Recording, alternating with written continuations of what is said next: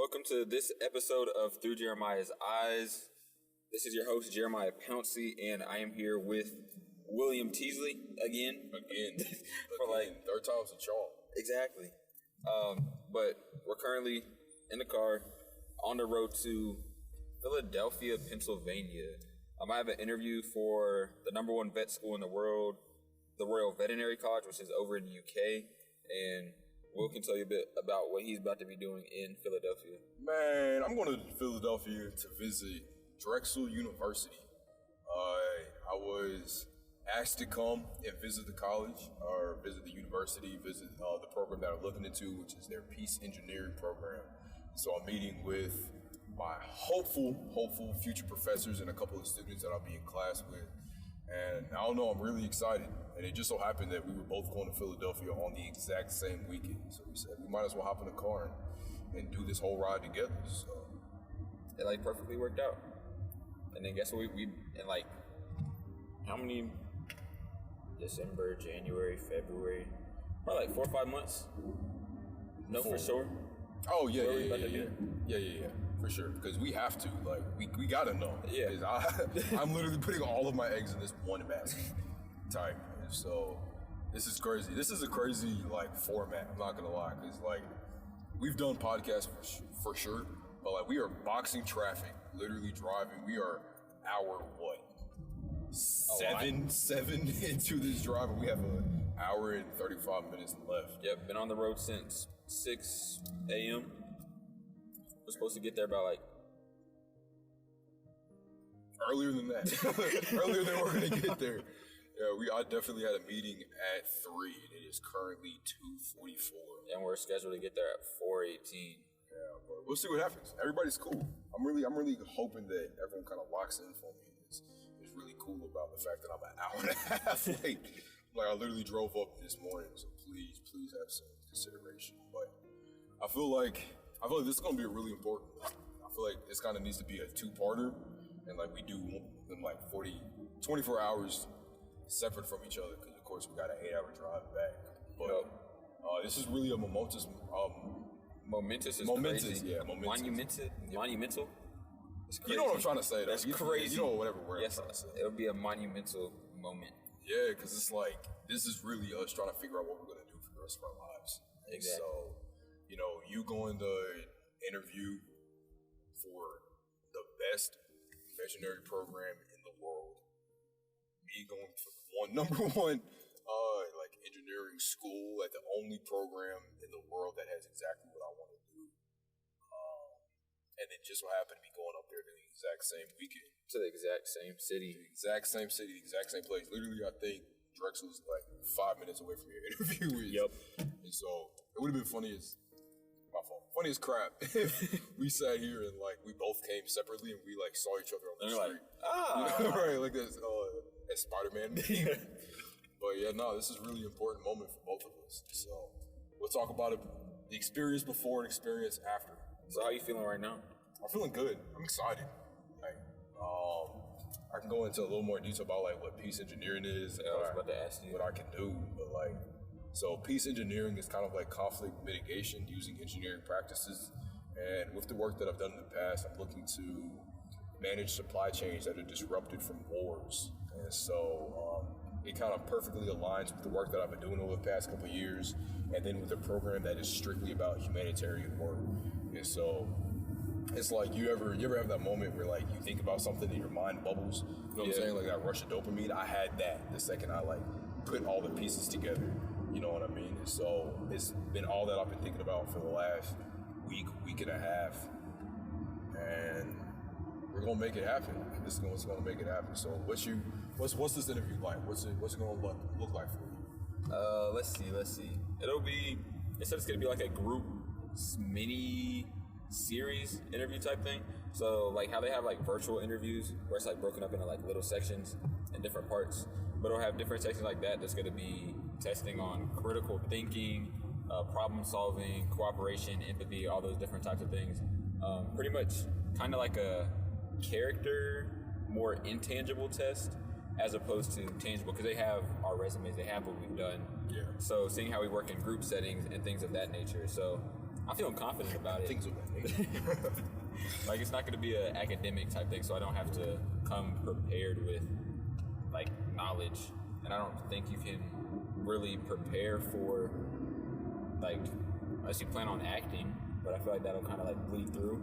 Yeah, that kind of defeats the whole purpose of it. So it's like kind of the preparation that you've had over the last 21 years is about to all come to, like, right here. Yeah. Right here, right now. I'm going to have to lock in and be me as usual. But as usual.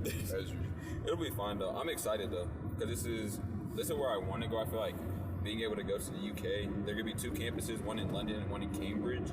One that focuses more on small animals and the other focuses on more rural animals, so like farm animals like cows, goats, chickens, sheep. So I feel like having that like juxtaposition of experiences, I feel like that'll be cool. Having the 2 different experiences in 2 different places, like London, that's like a city. That's like New York, LA city. Yeah. And then Cambridge, that's more of a rural area.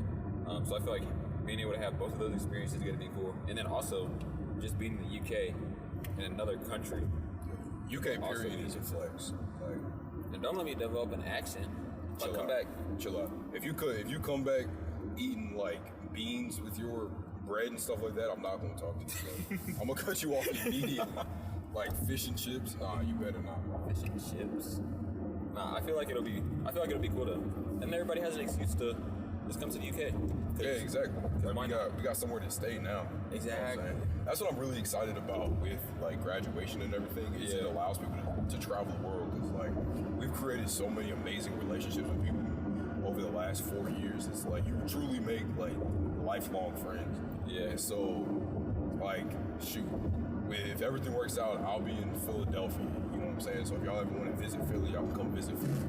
If you're going to be in the UK, you got, like, Don's going to be somewhere, Olivia finna be somewhere, Amon finna be somewhere, Sid finna be somewhere, and then we all just bounce. And travel the world literally just seeing your people. You know what I mean? And you have somebody everywhere. Exactly. And that's goated for real, because you get to experience all these different types of cities without actually having to live there. Yeah. And I feel like it's for graduation at least, I'm gonna be very, very, very, very, very happy. But it's like the same. I feel like the opposite side of that is the fact that we're here at A&T.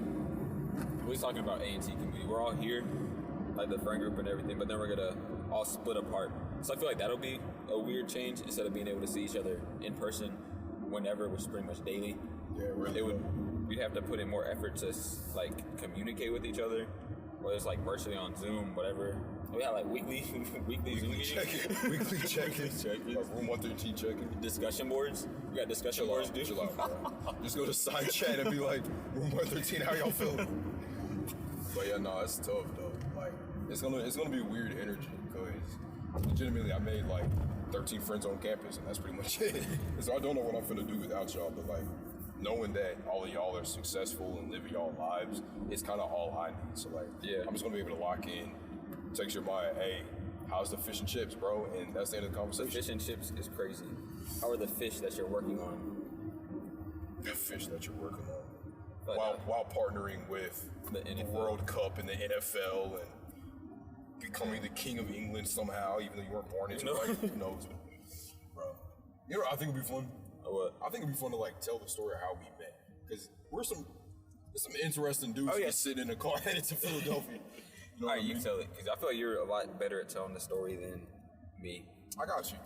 All right, so everybody lock in for me. Everybody sit down, grab a drink. This is a great story. Grab a drink. I'll grab my drink. Okay. Yeah. That's non-alcoholic. Non-alcoholic drink. I am driving.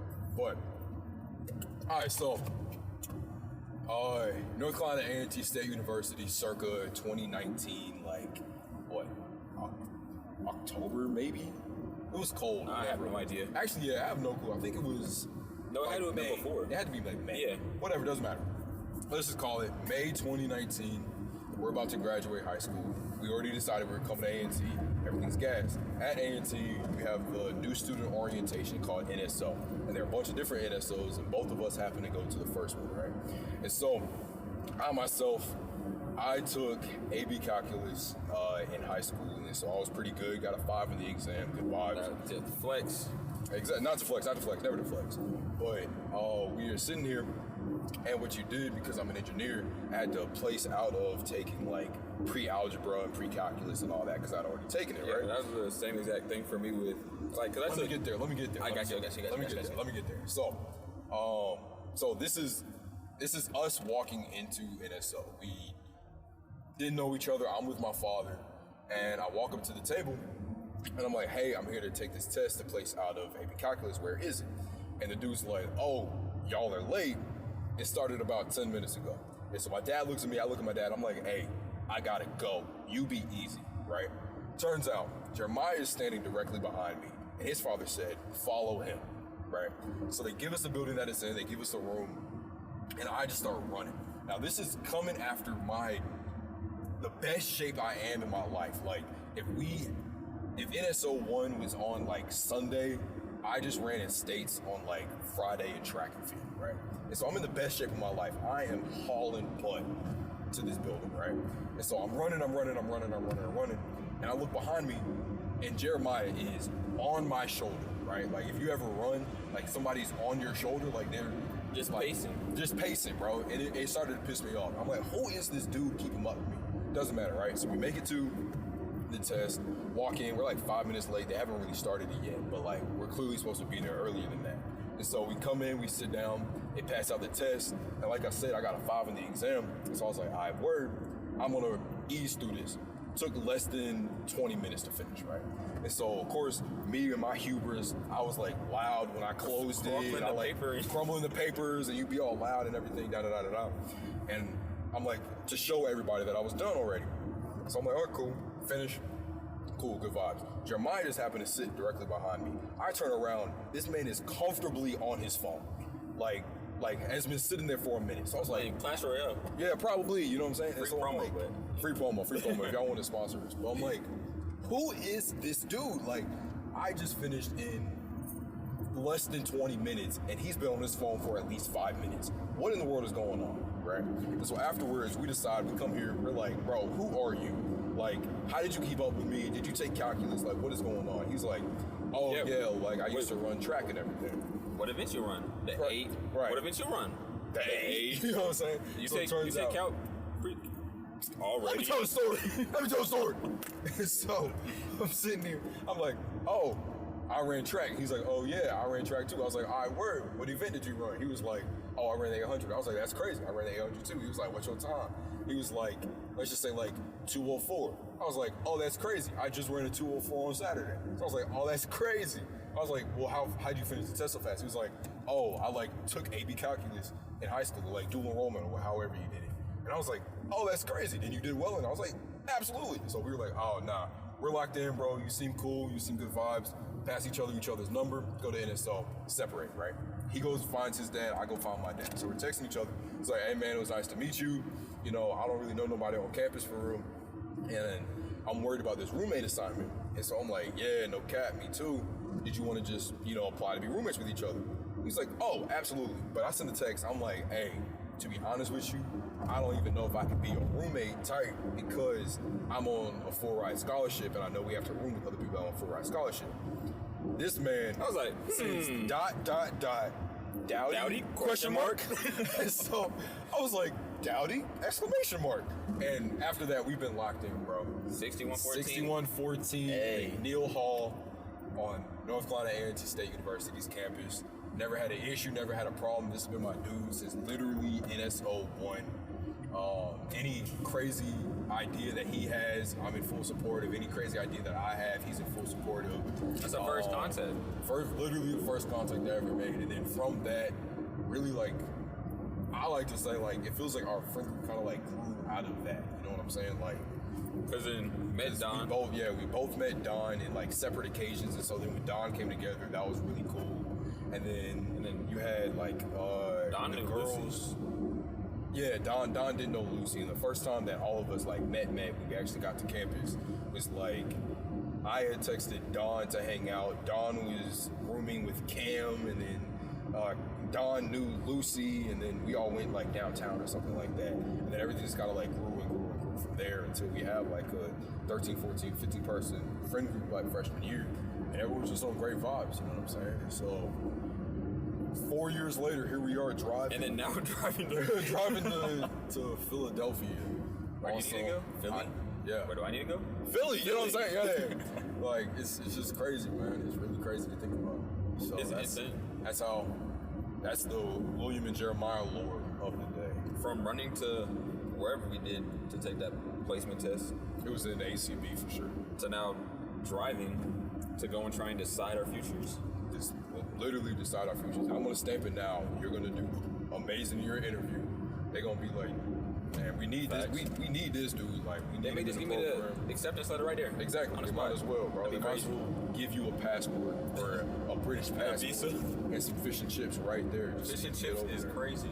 And then they actually have that. And I'm looking to get some money. I'm hoping to get some money. Shoot, I got to get in first. Same. With all this being said, like, yeah, I was asked to come visit and everything, but I haven't even sent my application, which I think is good vibes. We'll see what happens. We will see what happens. But, no, I feel like that's definitely telling us something. Yeah, or something. Because I feel like people recognize what you do, and your work kind of speaks for itself. Like, simply the impact that you had on A&T's campus and the surrounding community within Greensboro, and honestly, the UNC school system. Honestly, if you want to get into that. Let's not. Let's not get into that. I think that's a good question, though. What do you think has been, like, the crowning achievement of your college career? The crowning achievement? Like, what's the, when you think about, like, everything that you've done, what's the one that, like, the first one that comes to mind? Like, yeah, if I want to flex, that's my flex.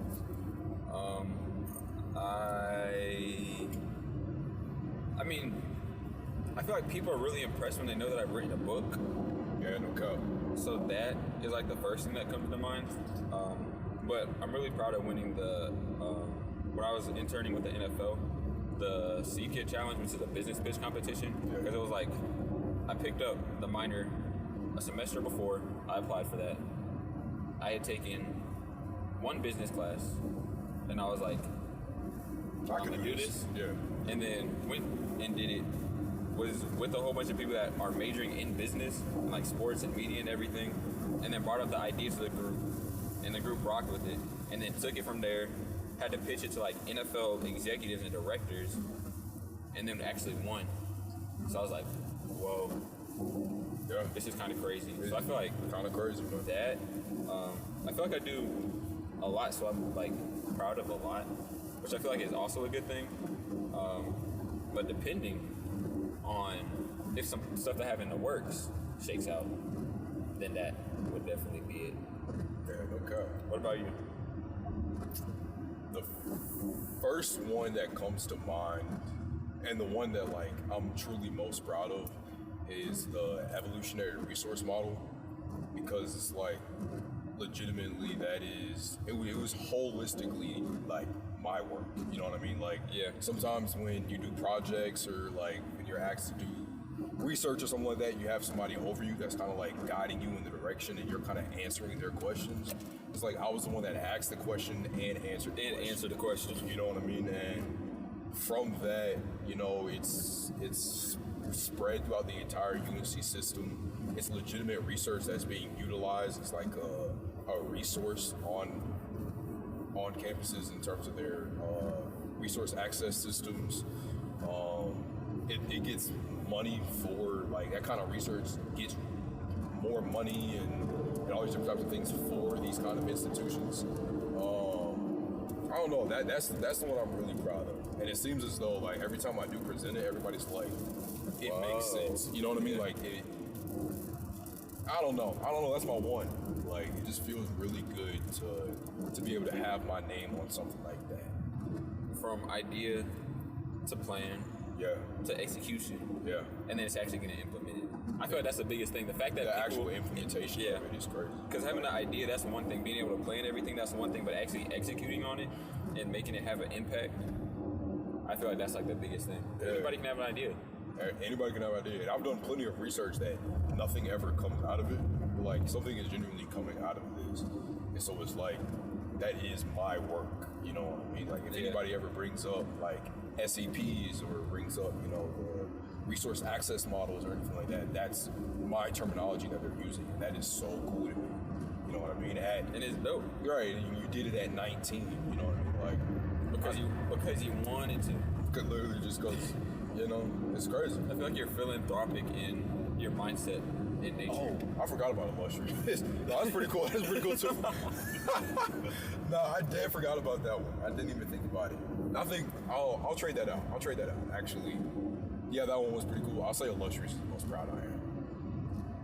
Hands down, Illustrious is the most proud that I am. Do you feel like the resource model? You feel like that's the one that people see as your biggest accomplishment? Shining achievement? Nah, not this really. is your shining achievement.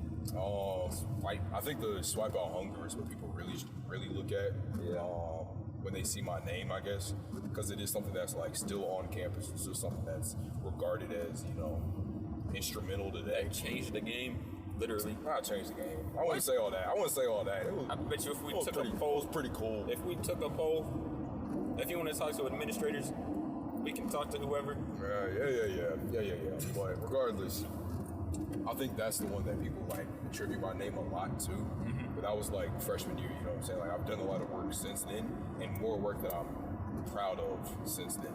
You know what I mean? Yeah. So, but I'll put Illustrious up there for sure. If it's not number one, it's 1B. Close. Yeah. 1B. And that's the thing with a lot of stuff that I do. It's like I don't even know what to decide on, and a lot of the different stuff is for different reasons. Like when I was doing research with, it's very sciencey, but fish ventilation, I thought that was cool. And like the fact that I was able to go from idea, because I was going in supposed to be doing one thing, but then kind of like changed the entire idea, because my mentor gave me that flexibility, or my PI gave me that flexibility. So came up with a question, designed an experiment, got good results out of it. Took me to like being able to have access to conferences in Florida and win competitions in Arizona and all these different places that I never would have been able to go to if I didn't have that research experience and be able to tell the story that I did. Okay. So it's just like different stuff like that. I feel like it's all for different reasons, but that's I feel that's like a research that you did in Oregon, right? That's in Washington State, so a little bit. Oh yeah. I mean, it was somewhere over there. I knew that. All the way on the northwest. Yep. But I feel like that was really cool too. I'm surprised you didn't say Ghana though. Oh, facts. But I don't know if that was like I feel like that was my most life-changing experience that I've had. But I don't know if it's an accomplishment. I don't know if that's an accomplishment. Just getting the opportunity to go overseas, have everything absolutely paid for, and then you're able to come back with research. Or at least experience done over there, you know what I'm saying? That is facts. That was the most life-changing experience I've had though. I feel like one of the biggest things, I didn't see anybody like on the side, like on TV and everything, you see like there's no food, no water, everybody's begging for stuff. You go there, there's not a single person is begging for a single thing. Everybody has a hustle, everybody has a grind, somebody's selling something, whether it's art, whether it's food, whether it's water, whether it's clothes that they made, whether it's teaching people how to speak English, everybody's selling something. And everybody has their hustle and grind. Nobody's asking for anything. Nobody's begging for anything. And over here, we're a lot more developed, but we have people that are asking for different things. Not saying anybody's situation is better or worse than other people's situations. But that's like the discrepancy between which one? The cash. My fault. We are driving, so we're trying to talk while also managing this road. Yeah, and not paying tolls or having to pay tolls, so not going. Do you have cash on you? Yep. Let's lock in. Let's lock in. This is definitely getting included in the episode. Delaware. I've never been to Delaware, bro. Delaware's so little. You know they don't have. I think it's sales tax. Shout out Delaware, bro. I want to go to Delaware. Shout out Delaware, but I'm trying to get out of here as fast as possible. Respectfully. I hope you don't have any listeners in Delaware, but your state is on bad vibes right now. It's just so much traffic and rain. It's been raining the whole time though. Yeah, let's chill out on the $4. Let's chill out on the Delaware slander real quick. Yeah. Bro, how are you in Fredericksburg but you don't have an easy pass? I mean, I don't have it. My parents have it. Whatever. But I was about to ask, what makes you or why do you feel like you're so philanthropic? Because I feel like everything that you do has some sort of social impact, whether it's within food insecurity, trying to make people's lives better, or put a smile on somebody's face, or just do good overall. And philanthropic means not just like money-wise, because I feel like a lot of philanthropy isn't just strictly like donating money. I feel like it's actually putting in the work as well. I honestly don't know, man. I couldn't tell you either way. I think so. Like, I agree with the idea that philanthropy isn't really. Hold on, let me pay this total. This is great. Hey, how you doing? $4. Thank you. She sound like Curvo Dolo. Oh, what in the world? Hello. $4. Have a good time. That's so crazy. No way. No way. That wasn't real. Whatever. So back to you Yeah. being philanthropic. Hello.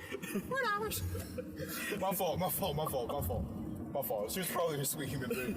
What was I even talking about? Philanthropic. Why do you feel like you're like that? Imagine sitting here talking about philanthropy. I just made fun of that woman I met for 5 seconds. Yeah. Back to it. So like, philanthropy to me is more than just giving money. You know what I'm saying? Like, it's based on time, energy, effort, knowledge, just giving to others. I guess my parents instilled in me the desire to be more than just who you are. And so I've never had the desire to like be the richest person that walks in every room. You know what I mean? I never had the desire to like stand out, I guess. That's probably cap, but like you know what I mean? Like I never had to be the flashiest or the You don't have to be the face or you know what I'm saying? Yeah, exactly. Like I don't need to have that kind of attention on me. I would rather put my effort to give the attention to someone else who And then if it I happens- believe adequately deserves it. You know what I'm saying? And so like when it comes down to that effort and what I'm doing, I have a really negative, connotation of myself in my head. Like I know I'm not the smartest person in any room. Like I know I'm not the flyest dressed or the best looking or all this type of stuff. That's just how I see myself. And so I'm thinking like, oh, this person is smarter than me, and so they should be able to accomplish more than me. You know what I'm saying? So it's like I'm kind of like setting a bar for other people to say like, hey, look, if my dumbass can do it, I promise you can do 1,000 times better. And so like kind of just trying to prove a point that legitimately you can do whatever you want. You know what I mean? Like you can create a program to establish, 12,000 swipes your freshman year, if you want to. You know what I'm saying? That's the thing, if you want to. Yeah, if you want to, if you genuinely want to. And it might be, really, really egotistical of me in that sense. It's crazy because I'm egotistical, but I don't think highly of myself, if that makes sense. But it's like, I'm just trying to set a bar and say like, I promise y'all should be doing so much more than I can because I know you're 1,000 times smarter than I am. You know what I'm saying? Like all this experience that I've racked up has given me a little more confidence in what I had freshman year. But if you remember Will freshman year, I was capping, bro. I was lying to all of y'all. Like I did not believe in myself. I didn't think I deserved to have Dowdy. I didn't think I deserved to be at the school in the first place. Like if you knew my story and knew where I came from, I genuinely don't think that I deserve what I have today.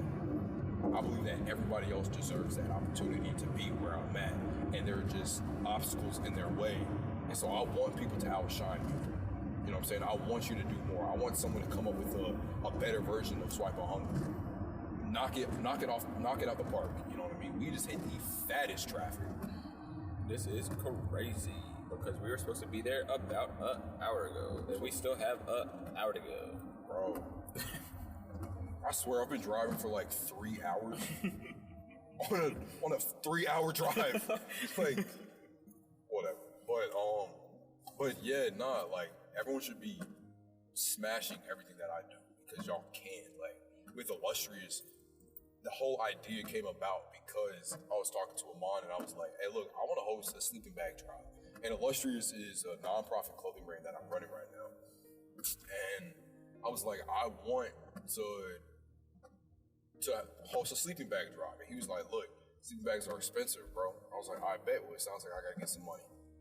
And then I created an entire clothing brand and sourced $400 in, 3 weeks.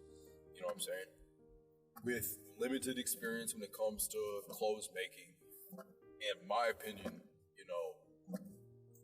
a kind of easy design, you know what I'm saying? But it's just like, y'all should be doing so much more because y'all are more creative. And y'all can do so much more. And I want y'all to do more. I want somebody to take Illustrious and take it long term. I don't want to do it. You know what I mean? Like, I don't want to take it that far. I just wanted to do a sleeping bag drive. You know what I mean? But there's a need, and I see that there's a kind of demand for that kind of work where it's like, yeah, if you want to do it, just do it, bro. Like, so I don't know. I'm kind of just talking right now because I'm trying to get through this traffic. But I don't know. It's interesting. I feel like the way that you're able to take stuff from idea to execution, like being able to prove that a concept can work for whatever purpose you want it to be, whether it's eliminating food insecurity, so taking that from idea to getting into place. Illustrious, you did that in under a month. Had the idea, learned how to screen printed stuff, sold stuff, got the money. We went to a store, bought all the sleeping bags over there. Bought 30, 35 sleeping bags. And then the next week, had an event. Yeah, and the next week got an event. And I think, I will say, like, I couldn't have made it without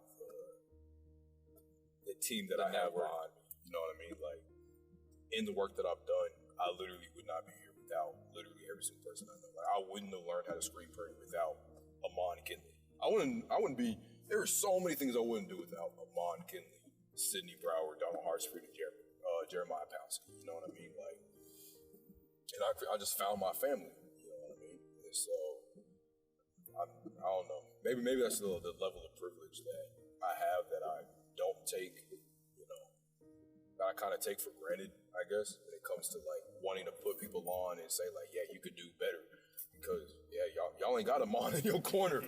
You know what I mean? Like, y'all don't have Sid, the marketing genius that he is. You know what I mean? But y'all can find him because I found him at random on A&T's campus, and I don't know. It's interesting. But that's kind of like, as you said, it's like it just happens. Like, things sort of just fall into place, and everybody has to, I guess, put in that work to find your network. And even though it's not like explicitly stated, like, Sid's not majoring in marketing, but he just has that personality. He knows what gets people's attention. So just being able to have somebody that can help you in that aspect and think of it in a different way from you, even if they're not like specifically absolutely, bro, doing like, this. Tell me I'm wrong. Correct me. I love that, bro. Because like constructive criticism. I feel like when people sit here and they have an idea, they kind of like take it as their baby, and like any criticism that comes to it, they take that criticism to heart. That's the thing, like even with Illustrious, when you were coming up with that design, we told you, there's so many designs. Exactly, like we really sat there and all of y'all sat there and said like, nah, that's kind of trash, bro. And I was like, fact. And then from that, we were able to create exactly what it is today. You know what I mean? Like, look at it now. And look at it now. Have a pop-up coming up and looking to source $500 for a local family. And so, yeah, man, I don't know. It's an interesting world to be in. I feel like, we got extremely lucky. We were privileged and got lucky. You know what I mean? Very, very lucky. Like, even just talking about like how we met. If we did not meet, I don't know, or I don't think I would be on the same trajectory that I am right now. Yeah. I don't know if you would be on the same trajectory. Nowhere close, bro. It's insane just how everything just kind of falls into place. And as long as you put in, I say that whole time, effort, energy thing all the time. As long as you put in the time, effort, and energy behind what you say that you want to do, then I feel like you can do it.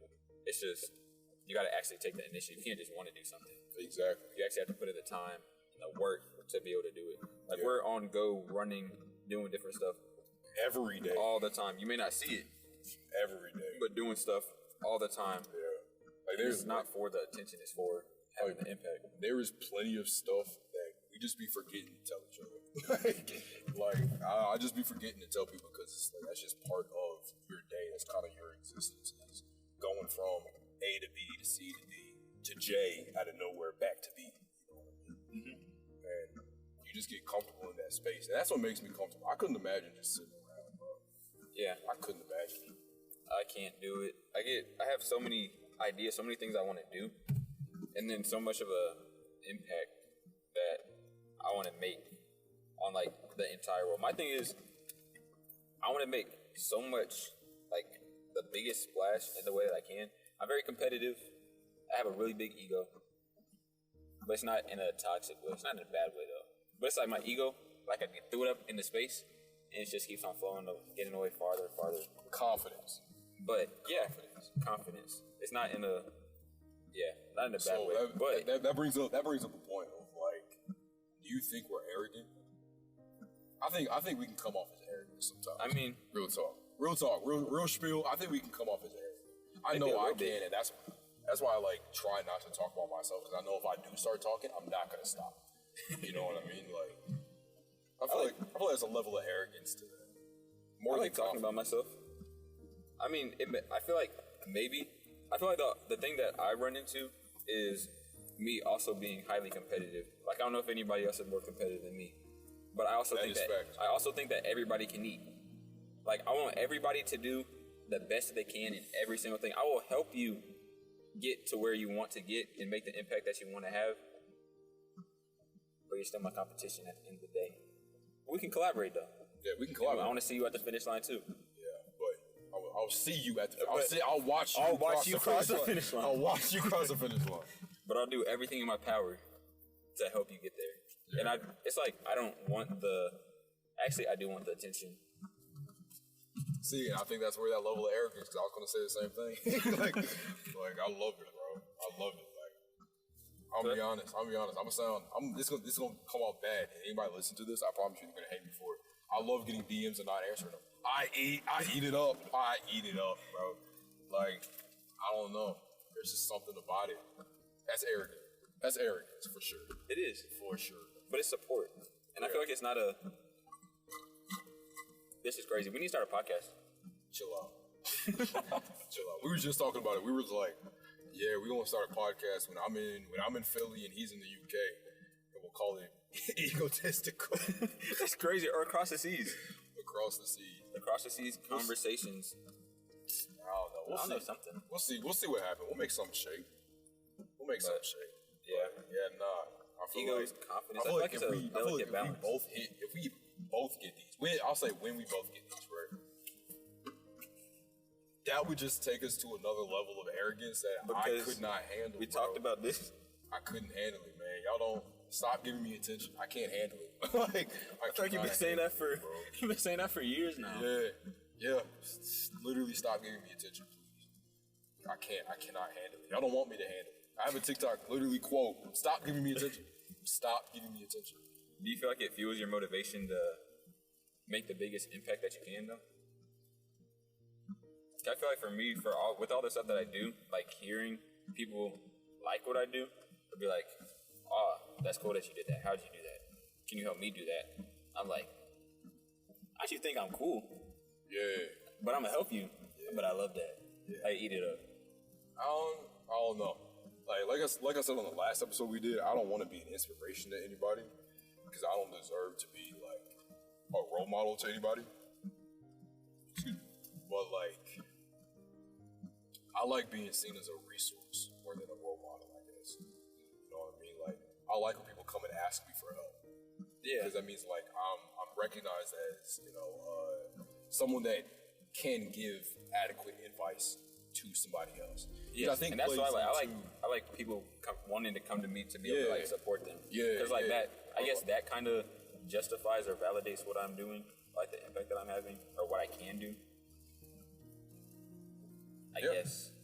I don't know. That's a weird balance. It is a weird balance. I feel like it sounds absolutely terrible. Yeah, no, this is a really bad episode. I'm not gonna lie to you. It's a really bad one, but like, I don't know. It's just really interesting to think about. Like, Yeah, we've made a name for ourselves professionally. For better or for worse, we recognize it, and it's recognized by others to the same extent. You know what I mean? Yeah. And so, utilizing the space that we're in and the platform that we have, I feel like I think the arrogance is like bubbling, but what keeps me level is understanding. Like, I wholeheartly know I am never the smartest person to enter any room. You know what I mean? Like, I am not the smartest person in this car. You know what I mean? Like, that's what keeps me level. And I'll go to class and I'll be like, oh, I have absolutely no clue what is going on right now. Then I'll be like, oh, gas. You know what I mean? Or my willingness to ask others for help. Like, no, I don't know how to screen print. I have a professional screen printer that lives with me. You know what I mean? Like, I have a professional stylist and creative and fashion maker that lives with me. And yeah, I lucked out, but I would never in any capacity say, like, I am the lead expert on anything. And so when people do come to me, it always surprises me when they ask me for help. But, like, wholeheartedly, I know for a fact you're not supposed to be asking me for nothing. I never know what's going on, respectfully. But You be making what you need happen in all the different aspects. we're gonna make it shake regardless. They are about to hit each other. Yeah, I thought that was about to be an accident. As long as we don't get an accident, though. Yeah, exactly. But I hope they don't get accidents. One thing about me, I'm gonna drive safe. But I thought this was a crazy conversation. are we just now leaving? What is this? Is it Delaware? Oh, I don't know. Are we in Delaware I don't know anything in Delaware. Absolutely, we're still in Delaware, bro. An hour and 4 minutes. Oh my gosh, I bro. hope you guys are keeping track of the time. This is kind of crazy. Yeah, how long we been talking? 41 minutes. Dog, what in the world? Like, this is so crazy. This is so crazy. It'll be good at the end, though. I see the words Philadelphia though, so maybe that's good vibes. I think it's good vibes. I mean, I hope it's good vibes. But it's kind of stuck. Yeah, If you heard the audio quality get better, it's because we stopped. Moving. We stopped moving.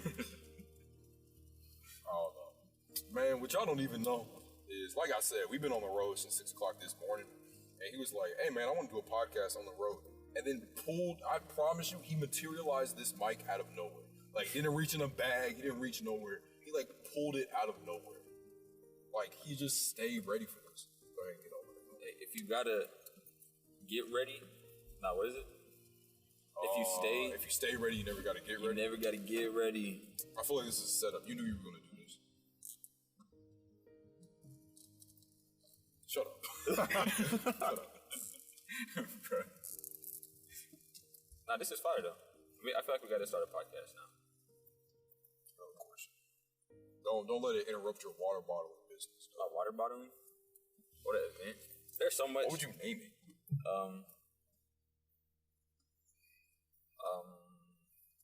Watering the world. I don't know. Water for change. Bro, you gotta think like Dasani. Fiji. Denali. You know what I'm saying? Yeah, like something fire. Call it like Fredericksburg. Pouncey's purified Just call it Parcher. Pounce. Just call it Pounce. Pounce water. Pounce water. I don't believe that like different waters taste different. You don't drink enough water. Chill out. Probably. but like, man, I'll drink tap the same way I'll drink smart water, bro. Nah, smart water. Water is water is water is water. Alright, if there's like a tier list, Fiji and core water are like elite peak waters. Have you had core water? No. If you have core water, it tastes not. like absolute. Because I'm not spending $4 on a water bottle, bro. When I think all water tastes the same, we're not spending High extra quality money. hydration. No. And then Fiji's also fire. And there's like life water, smart Talking water. about Those are good water, too. I gotta pee. It's raining. Yeah, I'm not stopping. We're not stopping until we hit Drexel. Real talk. Yeah, you got an hour left. Oh man, exactly an hour left.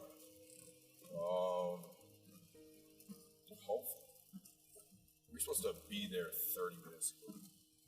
What time do you think we're finna get there? 4:40. And it's currently 3:27. What are some other projects that you want to have? Like, well, actually, pause, time out. Where do you want to be in 5 years? Happy. That's it. For Overall in life? yeah. I don't really care where I'm at. I don't really care what I'm doing. You just want to be happy? I just want to be happy, man. Do you feel like that'll be working for yourself, working for a company, traveling somewhere, trying to start different projects, doing consulting on different projects? Man, I don't even know what I'm gonna do tonight, much less 5 years down the road. But I'll say like 5 years. Yeah, I'm literally just happy. I want to have kids in 5 years, for sure. For sure. Wowzer, you're better than me. Yeah. I don't know. I definitely want to be married and have kids by 26. And 26 is crazy, bro. I feel like married, maybe. That'd be like right out of vet school though, for me. Kids? I feel like one of the biggest things about all the stuff that I want to do, I feel like when family comes into it, you gotta make sacrifices that changes. It makes it a especially with billion kids. times more complicated. When kids become involved with it, that's Yeah, you need a certain changes. level of stability. But I don't know. I've always wanted kids, like always, and I've always wanted to be a dad. And so I think that the timing of it doesn't really matter to me. Just that I'm prepared when it does happen. You know what I mean? Yeah. Like Financially stable. financially stable, Got somebody. mentally stable, romantically stable. There's a lot that goes into having a kid. And Starting a family. starting a family is scary, bro. It's scary. It's a scary world out here. And so I don't know. What about you? Where do you want to be in 5 years? I feel like you already had an answer prepared. I didn't, but I graduated vet school in like 4 years. I want to see some work with the NFL that I have, like project stuff and ideas I have come to fruition. Be building that podcast, be able to make me like substantial income. I'll be able to have like spending and investing money off of this. Same thing with my publishing company. Be able to have some other authors and be able to put other people on. Be able to have that bringing in some revenue, that bringing in some money. Being able to have some impact with both of those. Helping like Black creators and students, just all that different type of stuff. I want to be able to start either, if I haven't secured a building already and started working on stuff, be working on that for my vet hospital, or at least the first one. And then, I don't know. I want to be in a relationship. Do y'all see how he just named like 8 different things that had nothing to do with each other? But they're all interesting. They all are interesting. Like that is the craziest thing about you, bro. Like I found one thing and I was like, that's it. That's me. You know what I mean? Like that's my personality trait for the rest of my life. But like you literally went from graduated from vet school, working with the NFL. Bro, what are you talking about right now? Like, boy, the thing is, you're the only person I know that could actually probably figure that crap out. Like, I feel like man, oh man. trying to utilize the network to be able to make as much impact as I can.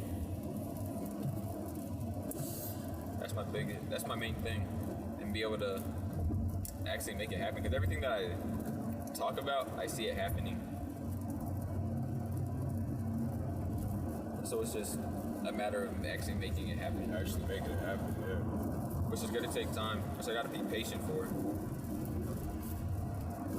However, I am going to try and make it happen as fast as possible, while also being patient, if that makes sense. Like not trying to force something that isn't timely or isn't done at like the right time and being patient when I need to.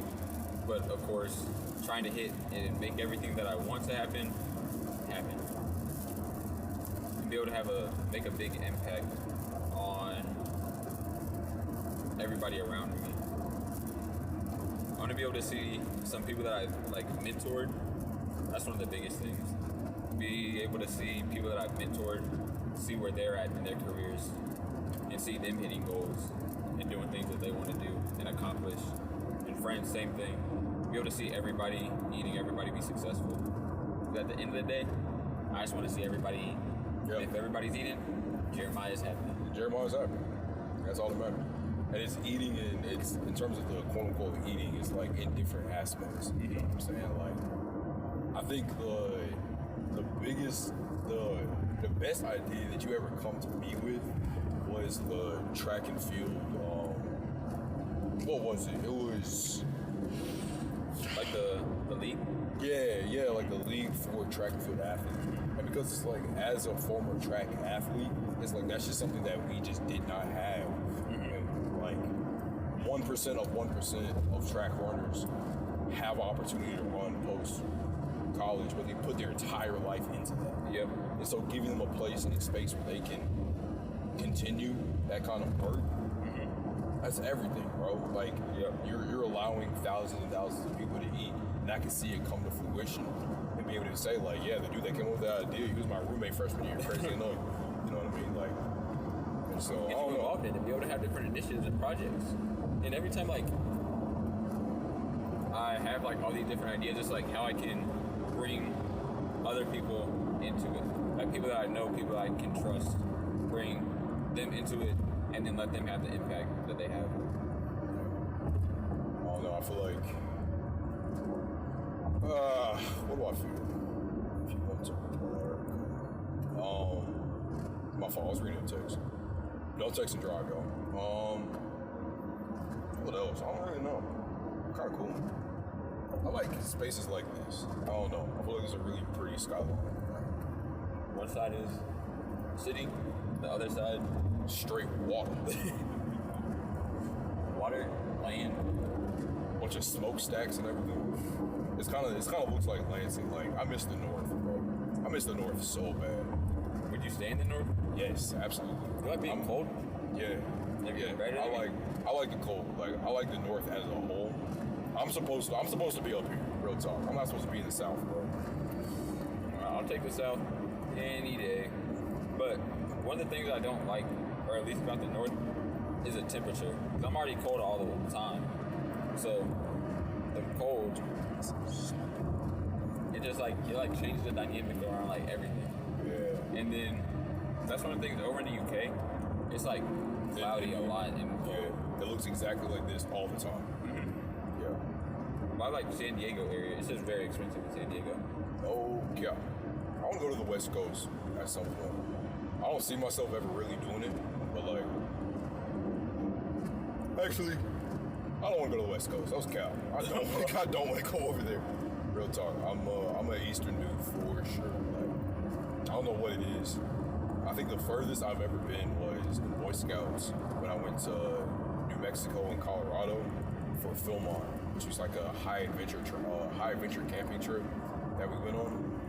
It was like a 12-day hiking trip where we like carried all the food, carried all of our tents, and we hiked for like 12 days through New Mexico and Colorado. Gracious. Yeah, it was serious. It was a serious trip, bro.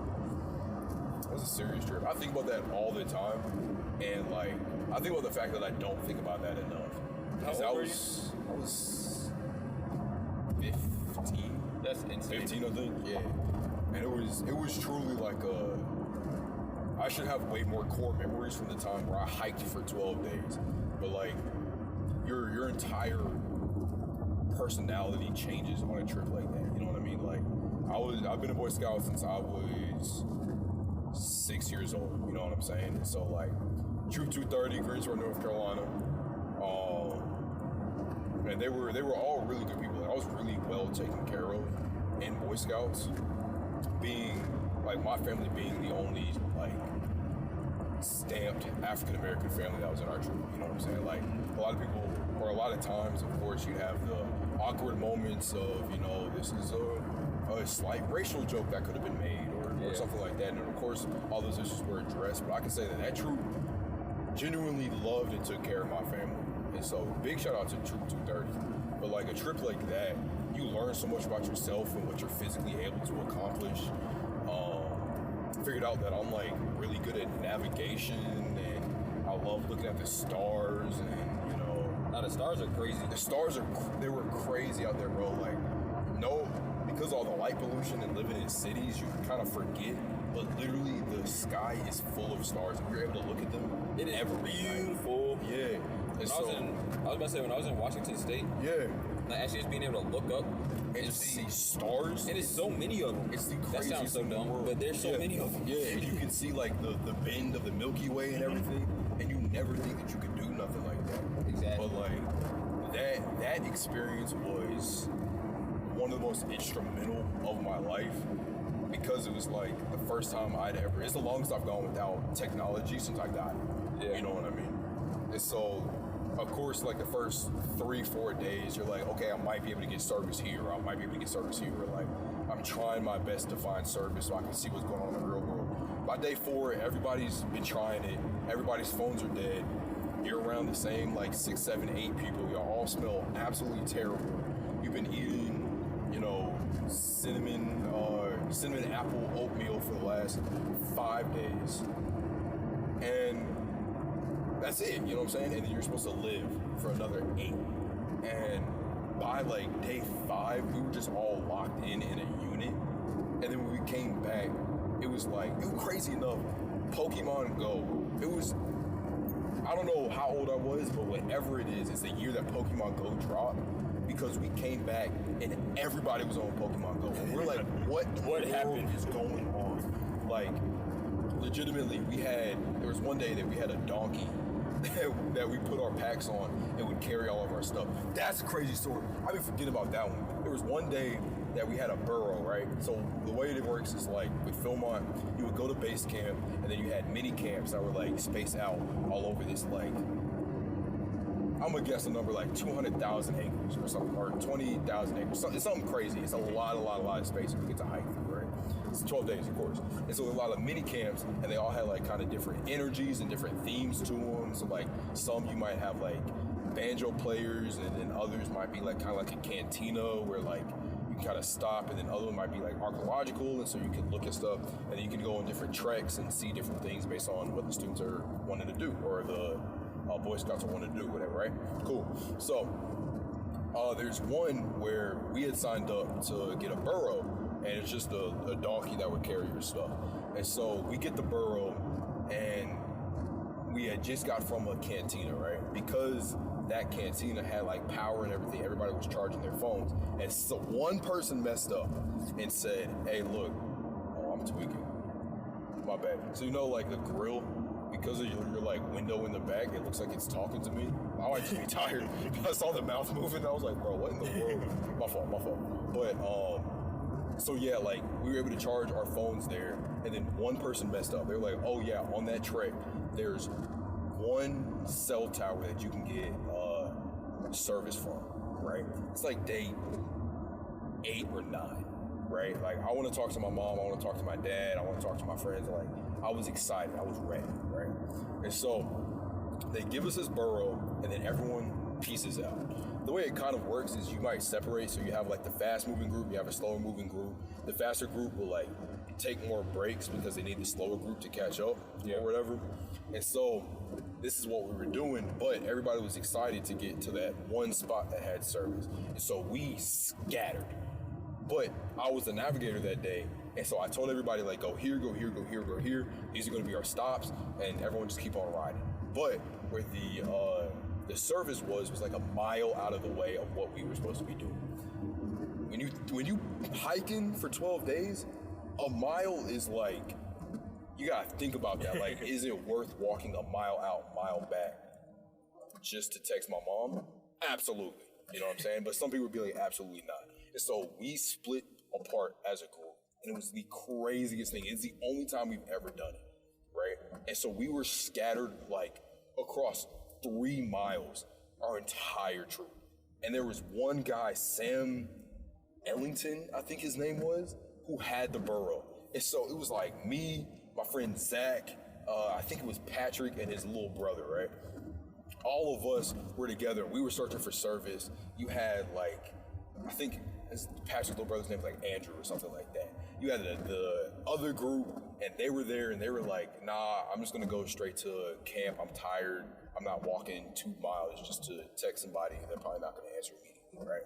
So they went off, and then nobody found out where the burrow was. And so our camp masters were livid, bro, like, because they're running up and down this mountain trying to find us.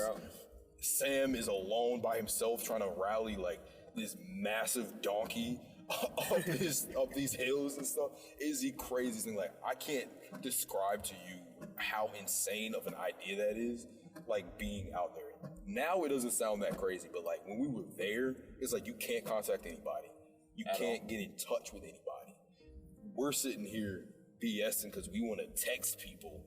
And then you had Sam Ellington by himself dragging a donkey up like 1,200 foot elevation mountains. You know what I'm saying? And it was like, we all got together that night. We were like, yeah, we was tweaking for sure. Like that was the wrong move. That was the wrong move. Absolutely. And after that, we all moved as a unit. I'm not going to tell too many stories about football, but like the most impactful moment of that entire trip. Why are we in 20 minutes of traffic? Oh my gosh. Whatever. But my core memory from that entire trip was with my dude Hampton, right? So Hampton, amazing guy. Like my best friends from Boy Scouts, hands down, was Hampton Ruth and Zach something. And I hate the fact that I can't remember his last name. But they were like my best friends over there, right? And so we had all gone together on this trip. Cool, gas, good vibes. There's one mountain called Baldy, right? And it's like the highest point that I think you could hit on the trek, and it's a hell of a climb. Like legitimately, like hand over foot, rocks are falling. You might cause a landslide type of a climb, right? And so there's Baldy Day. Like normally one day you'll stay there, and then like the next day you'll hike to the next spot. You'll stay there, you'll hike to the next spot. On Baldy Day, you stay there a day, or you get there that night, sleep the entire day, walk Baldy, walk back, and you stay there again. That's the only time we stayed like 2 nights at one place, right? And so there's Baldy, and bro, when I tell you, it was a hell of a climb. And like I said, we had the 2 groups. We had the fast group, we had the slow group or whatever, right? Hampton just happened to be in the slower group. I'll be honest, he was a bigger guy, and he worked his ass off to get like in shape enough to do this, right? He worked harder than all of us to just be able to go. He brought the wrong boots, he brought the wrong socks, and so legitimately the like, not to be graphic, but like the skin on his feet were falling off, bro. And this is like, we did this like the 10th day or something like that. And so legitimately we're like, Hampton, if you don't want to go, you do not have to go. You know what I'm saying? Like we totally understand. Shoot, I'll even stay with you. I'm cool. I don't need Baldy. Yeah. You know what I'm saying? Like, I'll stay with you. You don't have to worry. He said, absolutely not. I came to hike Baldy, and I'm gonna hike Baldy, right? And so we said, I bet. You know, I gave him one of my socks.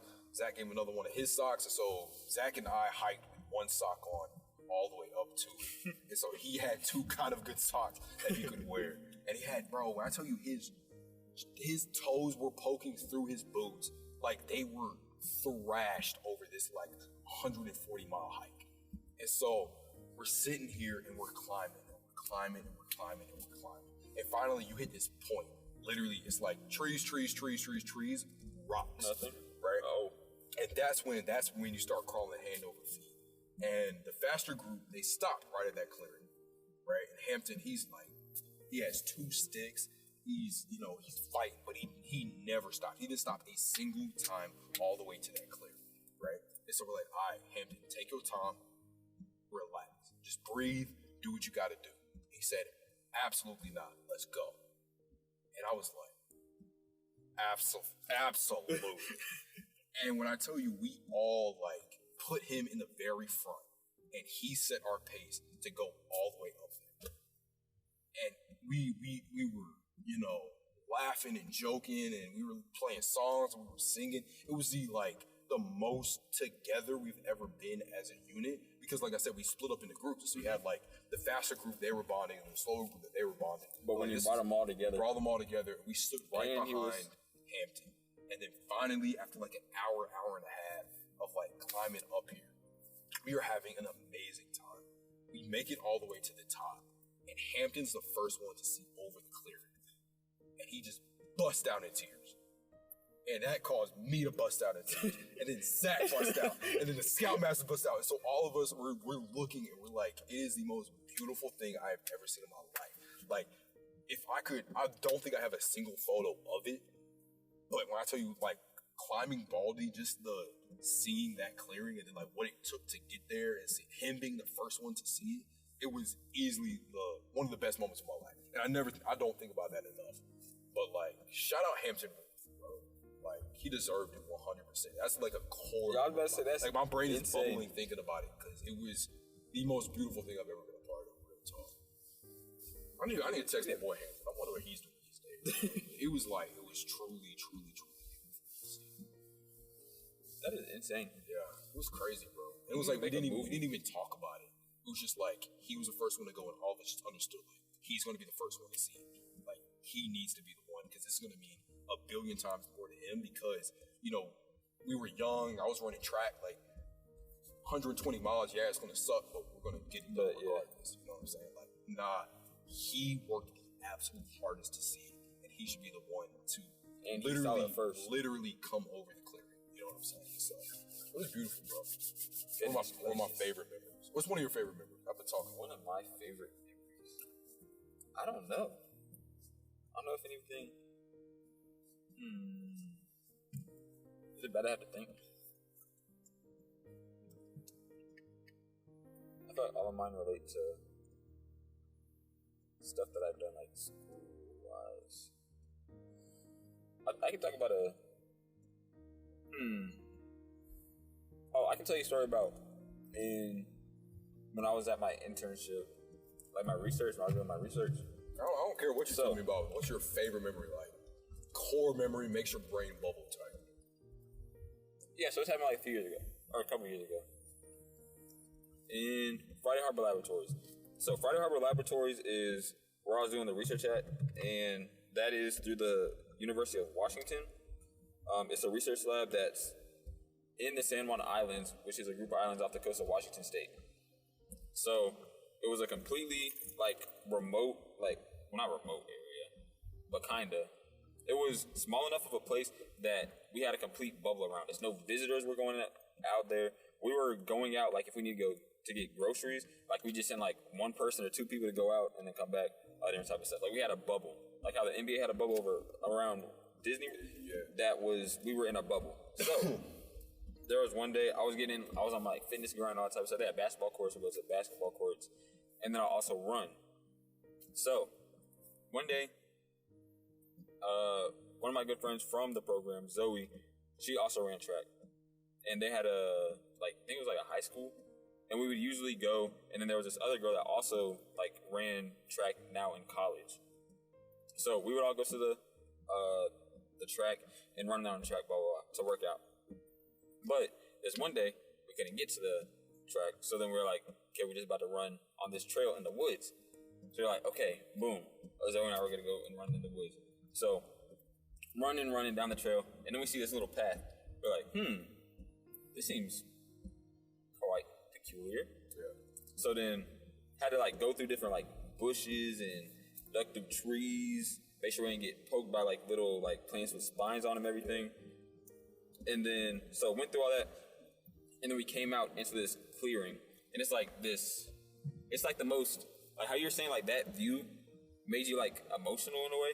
Like that view, that is the most beautiful sunset and like coastline that I have ever seen in my entire life. There was nobody out there, just straight lots of different colors in the sky. You have a line of trees to your left, line of trees to your right, and there's just about, say, like 40 yards of rocks just to be able to just like stand and outlook everything. Just completely silent, just hearing the ocean, don't hear people, don't see people, no sign of civilization in sight. It's just purely nature. That was like the most beautiful sight that I saw. But Also rando stuff too. Yes. You know what's crazy? My aunt lives back there. Like, we just passed my aunt's house. You can see it? Not now, but No. Respectfully, no. No, I'm good. But so we're out there, and then we were talking about like research, life, all that different type of stuff. And then it's like I don't even know how much time passes, but this was in the evening, and the sun was setting, as I was saying. So essentially, we're like, all right, so should be time to go back. Turn around, the tides come in. The path that we came, completely about like a foot of water. Yeah. That is covering where we came from. So we're like, should we go back?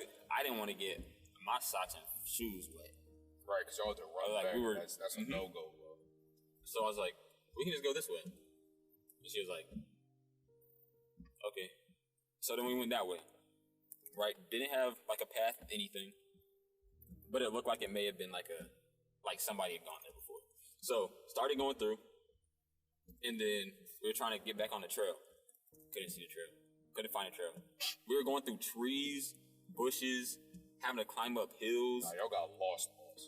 That Pitch is not- black. That is not Pitch the place to be. black, dark, outside. Nobody knows. Not even, we couldn't tell anybody, because then what are they going to do? Come and find us? Right, in the pitch black. It's not happening. But when I tell you we were lost out there for like 45 minutes to an hour in the pitch black dark, in the middle of a forest, no trail, no sign of civilization in sight, So how did y'all end up no finding service. So the trail that we went on, it was, say, Friday Harbor Laboratories. If you're looking at a map, Friday Harbor Laboratories in the middle. Yeah. To your right side, or no, to your left side is the trail. That's where the trail goes. We had run like 2-3 miles maybe. And then, so we know that Friday Harbor was to the right. So we just be going and then go all the way out to like where we can see the trees and just keep on walking, trying to climb trees, climb over like mountains, or like not mountains, but hills, all in the pitch black dark with our little phone flashlights. And we were out there for like an hour. And we made it out. You made it out though, and you're here. You're here now, so Exactly. clearly it worked out. That's probably one of my most like Core memories. Makes your brain bubble. Yeah, because lost in the pitch black in a place that we did not know. Yeah. As two black individuals. I'm not doing it, bro. Yeah, I'm cool off it. And we kept on thinking we were hearing stuff.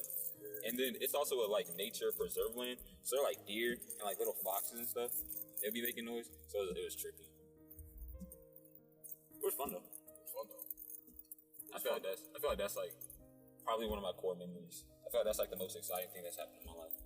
Besides like school stuff. I feel like that's like a lot of my things. Sounds bad. I'm in a mood to tell stories. What's another story you got? I have way too many stories. I've lived way too much life for a 21-year-old. Real talk. I feel like that's good though.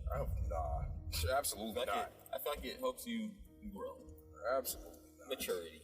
But look at me. All these stories and still immature. Still immature and lost. That's crazy. I need a topic, bro. I promise if you give me a topic, I can come up with some kind of story. A topic. I want an entire podcast just to tell the Atlanta story. I would need an entire episode though. That was the first thing I thought of, but I was like, there's no way. Nah, it's not happening. So the Atlanta story is legitimately like an hour-long story that I tell of me and my friend Amon in Atlanta. And the craziest weekend of my life. Hands down, like, y'all will probably never hear it. If you know me, you probably know the story, but like, it is insane. It's beyond insane, honestly. It is my favorite story to tell. It's my favorite story. I feel like your last one was emotional. I need a story, bro. Something that was fun, exhilarating. What is your most life-changing experience? Life-changing movie? Most life-changing.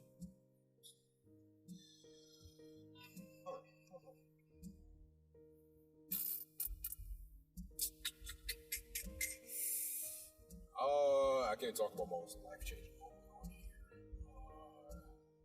I will say though that I made it out. You know what I mean? I'm alive. I'm healthy. And look at you now. It's good vibes. It's good vibes. That is a good story too. I'll tell you that one when we off the podcast. But I don't think I told you that one. But I think I'll say the most life-changing person that I've met. Oh is yeah, do that. Dom Jones. Hands down. No cap. Yeah. That man single-handedly changed my life and set me on the path that I'm on today, and I doubt he even knows. You know what I mean? Like, I don't be texting him the way I should. I don't be answering the way that I should. And I honestly don't be reaching out to him the way I should, considering how much of an impact that man had on me. You know what I mean? Like, through one reason or another, I had to leave my first high school, transferred over to Southeast Guilford. And so I was in the IB program, had my first high school, had to leave, made it to my next school. Right? So in every little, instance of the word, I was mediocre as a student, especially at Grimsley. I was the most B+ student you could imagine. You know what I'm saying? Like I wasn't very good at math, but I wasn't bad at math. I wasn't very good at history, none of it. Like I was the most average student ever, right? And so,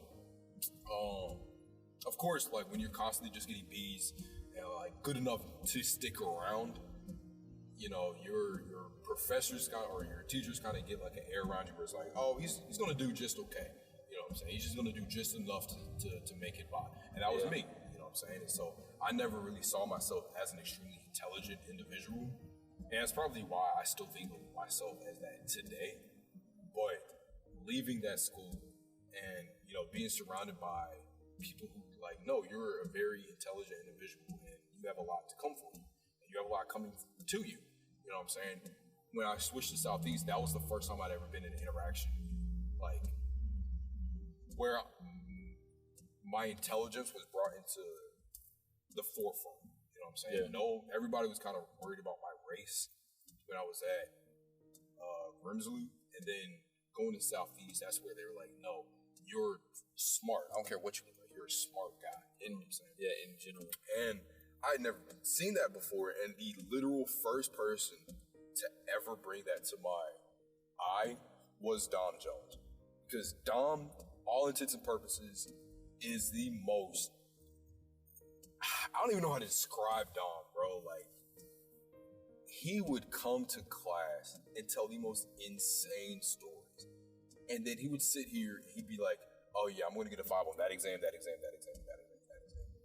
I don't want to misconstrue his story in the slightest. You know what I'm saying? I just want to say, like, Dom's intelligence is out of the park. Yeah. Literally, it's insane. Like, I've been in a couple one of the classes with him. smartest people I've ever met in my life. You know what I mean? And he doesn't exude that kind of energy. Like, he's not snooty about it. You wouldn't know it until you talk to him. I'll say that. I think that's the most politically correct way I can say it. You would never know how smart Dom is until he literally said anything to you. You know what I'm saying? And then you know. And then you know. That's the moment that you know. And then you look at it, And you what look he at his does, resume, and then you're like, great guy. And then you're like, I really don't even know Amazing still. guy, right? And so, of course, me coming from Grimsley, I had all of these preconceived notions about, what intelligence looks like and who's supposed to act like what, which is why the school just did not work for me. And so when I switched over, he's literally the first person that I talked to. And he was in my my AP environmental science class, right? And so I'm sitting here and like we got to know each other a little bit because it was like I'm a smart black guy, you're a smart black guy, and it's obvious that nobody's ever told you that. So I'm gonna be the first to tell you, you're extremely intelligent. And that changed the entire trajectory of my life, right? Because that's when I started to put effort into my classes. I'm not trying to be a B student anymore. Mm-hmm. It's like I have someone that I regard as, to this day, still the smartest. But you gotta think, when I was 17, that dude was out of this world, bro. And so, that level of intelligence, and then him saying like, no, you're a smart guy too. It made me want to prove myself to him more than anybody, right? And then we're sitting here in class one day, right? Dom's not there. Comes to class, and he's like in a full suit, got the briefcase, whole nine, hair just done, like dude looking spiffy, right? Walks in class, everybody like, oh, Dom, what you all dressed up for? What you got going on, bro? And he walks in, he's like, oh, I just got a full ride to A&T. And we're like, oh, bro, congratulations. That's awesome. Like, how did you find out so fast? Like I thought your interview was today. And he was like, oh, it was. And we were like, so how do you know you got it today? He was like, I know I got it. So I got a full ride to A&T. At that level of confidence, I was like, nah, this dude raps. Different. I want to be like him. And honestly, I can say, real talk, I think I've been trying to imitate him for the last 4 or 5 years. That might be it. I might have just figured it out. I might just crack the code. Because when I tell you he is the most instrumental person I've ever met in my life, and he probably does not even know. That's so crazy to me. Because, like, legitimately, I was like, I didn't even know there were full rides to A&T. A&T was not on my radar in the slightest. He doesn't know that I literally did not apply to any other school than A&T. Because I was like, I want to be like Dom. It was like, he said, look, you're gonna apply for this, apply here. And that is all I did. I did all 3 of those and nothing else. Like, I didn't apply to any other schools. I didn't even look. You know what I mean? Because I was like, Dom did it. He said I can do it. I'm gonna do it. I sent him my Dowdy essay. He said, it's trash. Literally, it's trash. And I was like, got you. Rewrote it. A little better, still trash. Rewrote it. Sent it back. Better. One more time. Rewrote it. Saw the effort that it took for me to do that and said, that's the one, send it off. I sent it off. 3 months later, I get news in the mail, hey, you're coming for an interview. And I said, yo, Wait a second. Raps, bro, raps. And Dom, at that point, he's at A&T already, right? This is my senior year when we're doing all this. I think it's senior year. And so I'm like nervous. I'm still not, I'm like, I don't want to keep reaching out to him because he helped me so much already, All I need to do is do well on this interview, right? And I was like, okay, cool. Interview comes up. For one reason or another, not gonna get into it, neither of my parents were in Greensboro during my interview for Honors Day, right? So Honors Day was the day that all the scholars would go back to, or come to A&T to interview for the scholarship. So like hundreds of students trying to get, Dowdy or Cheatham White, hundreds of students coming to campus. I'm nervous. I learned how to tie a tie that day. Didn't know how to iron nothing. Actually burned a hole in the back of my pants, but my suit covered it. Like I was nervous, bro. I was not supposed to be going there alone. It's one of the first times I ever stayed that long alone by myself, right? I'm like, this is not the weekend I was supposed to be alone. I need my support system. They weren't there. That's besides the point. I still love y'all if y'all listening. But, so, I'm nervous. And I'm literally looking in my mirror in my room. Interview is in like 45 minutes. I live 15 minutes away. I'm bawling. I'm like, I can't do this. I don't know what I'm supposed to talk about. I don't have my people beside me. I don't have my people with me. And guess who I called? Dom Jones. Hadn't talked to him in a minute. And he said, hey, look, respectfully, shut up. Chill out. You're a smart guy. Go get it. And I said, yes, sir. Locked in. I know. Locked in, hopped in the car, instantly drove over there, right? Literally, it was like a 2-minute conversation. Literally 2 minutes, right? And so, get there, I'm nervous still, but I just kept playing in my head. It was like, lock in, shut up, go get it.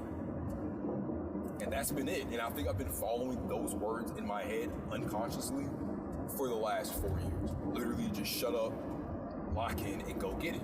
Like, I hope he does listen to this. I'm gonna send it to him because it's like, he just doesn't understand the impact that he had on me. I literally I wouldn't be at A&T, I wouldn't be a Downey Scholar, I wouldn't be William Teasley, the humanitarian, the philanthropist, like the photographer, and But Call Me Will. But Call Me Will would not be existing. I'd be at like NC State blending the hell in right now if it was not for Dom Jones. And that's the type of people that you gotta have around you. Literally, bro. Because that's what all it takes is that one person. And he was that one person for you. And he was that one person for me, man. That's insane. Bro, I know you told me about Dom. My dude, bro. Like, I just don't understand. I'm gonna call him after this. I was gonna say, this is like a, I don't know. This episode is crazy. Yeah, it's been a long way. I think you gotta split this one up. Yeah, this is about an hour and a half right now. I have to piss so bad. Oh no, we're good. I was about to spaz. I was about to spaz. I thought it was over there. Okay. All right. We're making good time though. 20 minutes out. Yeah. Are we gonna ride this out until we make it there? Do you want to? Sure. Why not? We can. We can split it up. Let's see. What is my? I don't know my most life-changing moment. Actually, I think my most, probably the most impactful people in my life.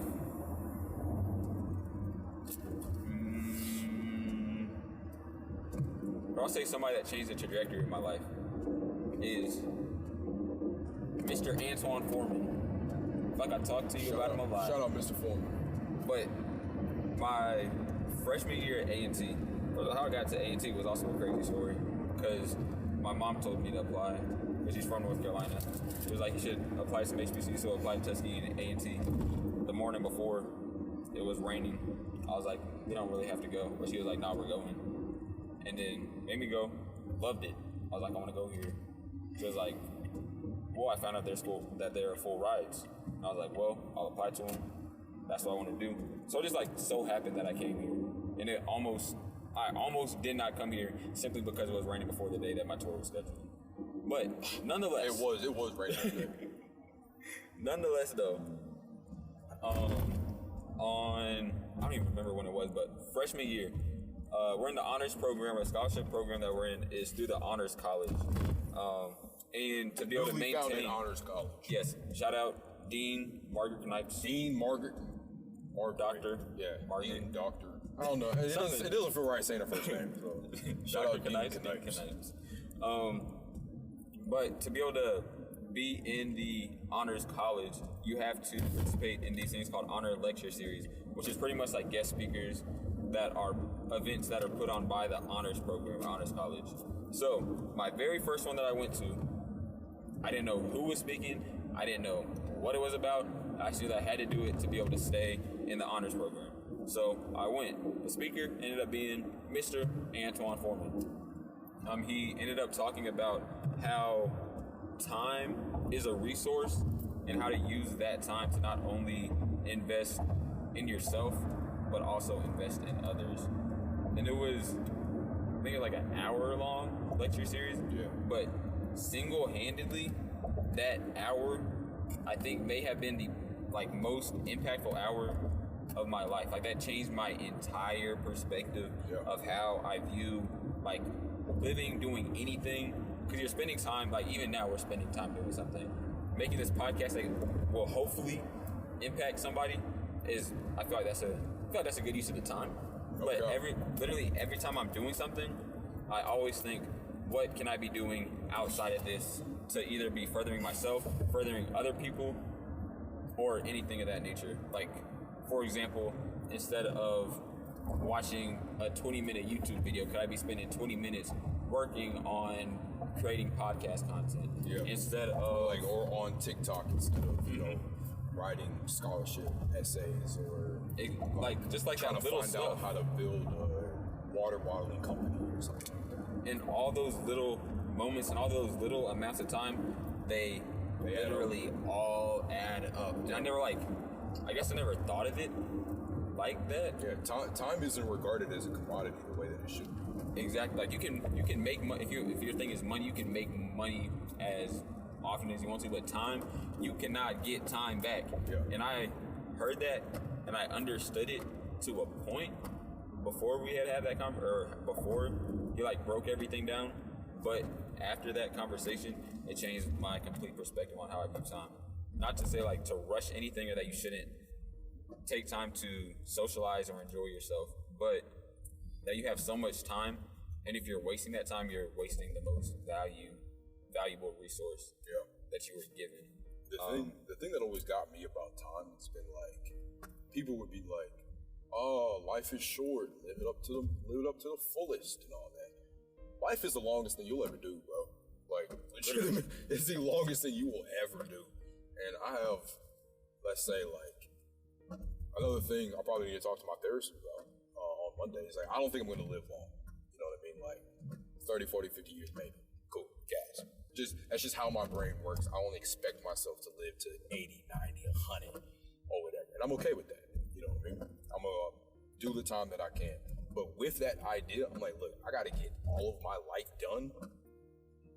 Like, I need to get all these experiences. I want to, have to pee driving past a Wawa in Philadelphia when we were literally in Greensboro this morning. You know what I mean? Like, with it being the longest thing that you do, you have to make the fullest of every single moment. Like, I want to have 80 years of experience, even if I don't think I'll make it to 80 years. You know what I mean? Like, it's just interesting. I've never thought, I don't know. I think about time in a different way, though. I see it in like you can invest time in different ways. You see what, life isn't a game, but I feel like I can kind of relate it to a game. Like if time is like the resource, like your currency in the game, and like you have like a social media, you have like a relationship, like an XP you have like for all the different things, you're investing time into each of those things. And I feel like that's why that's facts. No, that's facts. Yeah. That's a bar. That's a bar for sure. And it's like being able to invest in those different things, you can, I guess, like level up, upgrade type thing.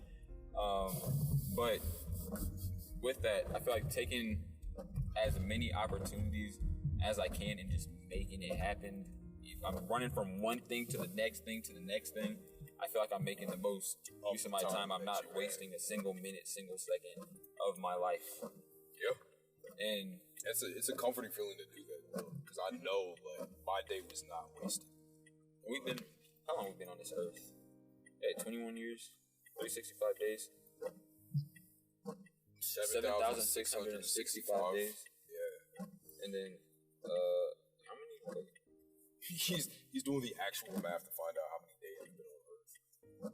365, 60. Oh, is it 24 hours in a day? Yeah. I have to pee so bad, bro. Oh my gosh. We are 15 minutes out, and I do not think I'm gonna make it. It'll be fine. We've been alive for 183,960 minutes. That's scary, bro. That's a big number, but a minute is pretty Or short. hours. Actually, hours. How did they decide? It's 11 million minutes. How did they decide how long a second is? Because they're just extra. There's no real... Like, none of this is real. None of this is real. It's all just concepts. How would if we didn't have clocks or anything, how do you think time would be tracked? I feel like it would have to be based off of something. Yeah, it would be probably like, I guess like the day and night cycles. That's what it was on. Like when you would eat. Yeah, but like I think the thing that I'm trying to get to is how would you record and track history without like dates and years? Because something that has always blown me, bro, about science fiction and like the Marvel and all that stuff is like they'll go to another world and be like, it's 2012. Like why? Like in the new Endgame, they're like referencing 2012 or like 2012 Thanos, and Thanos will sit there and he'd be like, yeah, we got to go back to the year 2015. What do you know 2015 about, bro? You don't know nothing about 2015, bro, or like, because that's all based on BC, so Jesus Christ, who you don't know about. That's based on our calendar, which is completely different from yours. That's based on like our like rotation of the Earth, which is completely different from whatever planet you came from. And so how are you don't know what 2015 is, bro. Why would you track it off of that? And so I was thinking of like, what is one common, like, in the same way of like, only word I could really think about using is like currency, but like what's the common form of like tracking time, I guess? And I was like, the only thing that we could do is like the speed of light. But then it's like, oh, what's a meter? How fast is speed? How far does it have to go? You know what I'm saying? So it's like you have to. That's the thing. It's all like you have to contextualize it in some way. In some way for it to be universal across the everything. You know what I'm saying? Like Mars doesn't have days. I think they have like moles or something like that. You know what I'm saying? Because it's like our day isn't the same as theirs. Exactly. Like the spin of the Earth isn't the same, and it's not technically like 365 days. It's not 24 hours. It's whatever it is on that world. Yeah. And Mars is the closest planet to us, and they got it different. It's different. You're light years away, bro. You don't know what we doing over here. I don't know. That's just something that's blown me. And so I was thinking like how old you would be based on your heartbeat, like how many heartbeats you've had. So like I would say like I'm 4 billion heartbeats old, or like I've been alive for 4 billion heartbeats. But then it's like if I run or if I do extra things, my heart beats faster, so that doesn't work. If you like planted a tree every single time somebody's born, that'd be pretty cool. But then like you have to cut down the tree to see how old they are. That kills the tree. So it's like I've just always wondered how you would possibly track stuff like that without using seconds, minutes, days, how long a meter is. That will always blow me. Because what's a foot, bro? What is a foot? I have no idea. What is an inch? What is a centimeter? How do y'all know? What if like every single, they don't even correlate. Bro, like what if every single ruler is off and we've just never noticed? Who measures a ruler off another ruler? We could all be off and everything is dumb. But as long as it's standardized. Man. How exactly? How do you standardize it? Where's the first standard? What's a kilogram? A thousand grams. What's a gram? What's a gram? I don't know, but that's crazy. 1,000th of a kilogram. You're not helping, bro. Like, that is crazy to think about. Oh my gosh, bro, we're in Philly. This is crazy. 10 minutes to Drexel, and I'm not gonna make it. We're stuck in traffic right now. I'm about to hop out this car and pee. I am on that castle. Chill out. Castle is hard though.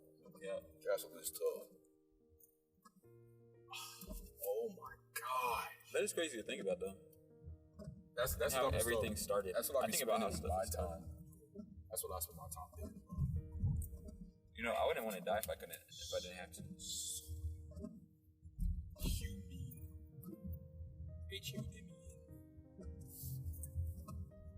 Like, if I'm like on my deathbed, like 5 minutes before I die, I want them to freeze me. Oh no, I'm good off all that. Why? You don't want them to freeze you? No. I thought that'd be cool. Freeze me for what, bro? Because then you stay alive. No. That could be my dream for years. And then they wake you up, and then they have some new technology that makes you live longer. And I got more time. That's the thing. In the future. I know I'm living on borrowed time. I'm not trying to steal time. You know what I'm saying? Me personally, I'll take it. Hey, you can have mine. You can have mine. That's not fun. Me personally, I've never been uncomfortable with the idea of death. Don't know. Again, no clue where I got it from. No clue where that mentality came from. But it's like I've always been kind of okay with it, and I know like you're better than me. I don't think about it. If I was to pass away, God forbid, right now, it's like I've had my impact on the world. Like I've changed somebody's life. Somebody's gonna remember me. I'm cool off that. The only thing that would make me kind of change that is if I did have kids. Which is probably why I want to have kids so soon, so I can stop like. If I die right now, I'll kind of be okay. Like, I'm not suicidal in this life, you know what I'm saying? Like, I live my life.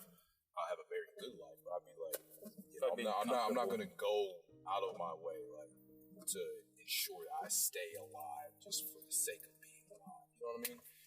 But that's pretty depressing. I don't know if you can put that in the podcast. That was pretty. That was a massive right turn. That's just the stuff I be thinking about. But I don't want to die. But not dying, that's It's not that I want to die. I'm just saying, like, not like want to die.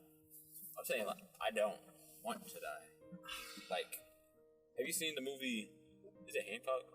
I Am Legend. yeah. The one with Will Smith where he's like a super person. He doesn't die, but he like gets attached to people and then they die, and then same thing. So then he stops getting attached to people because he never dies. No, I have no clue what you're talking about. well, Actually, he's like invincible. he's or whatever. he's a superhero. Yeah, Hancock. yeah. Yeah. And he's seen all people that he's close to pass away, and then he would get into other people's lives, and they grow up and get old and pass away. But he didn't die. That's sad. That is sad. But I'd rather that than die, which is really sad. I feel. Yeah, first off, I'll start off by saying that movie sucks. Absolutely terrible movie. And I hope Will Smith hears this when I say you missed on that one, bro. Everything else, fine. Gas. Fine. Gas. But yeah, nah, you definitely missed the bar on that one. But I don't know. It's like I wouldn't want that.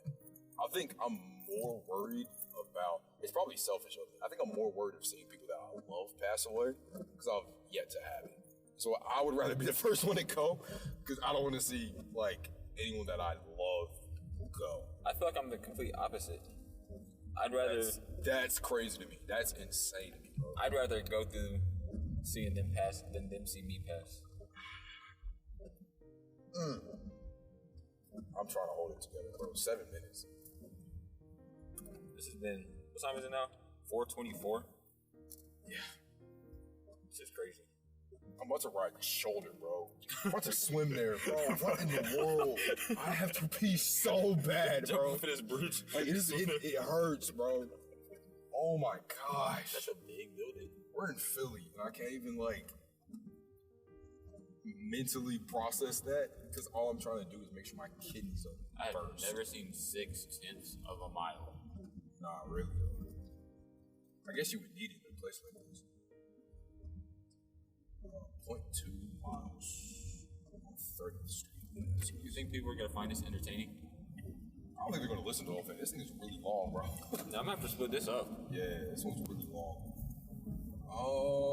I hope it has some sort of benefit, some sort of impact. I felt this was a casual episode. We were talking about life earlier. We talked about Arrogance. and egos and What is your definition of ego death? You know what that is? death. Like when you lose all sense of self, I guess. Not lose all sense of self, but you kind of give it up in a way.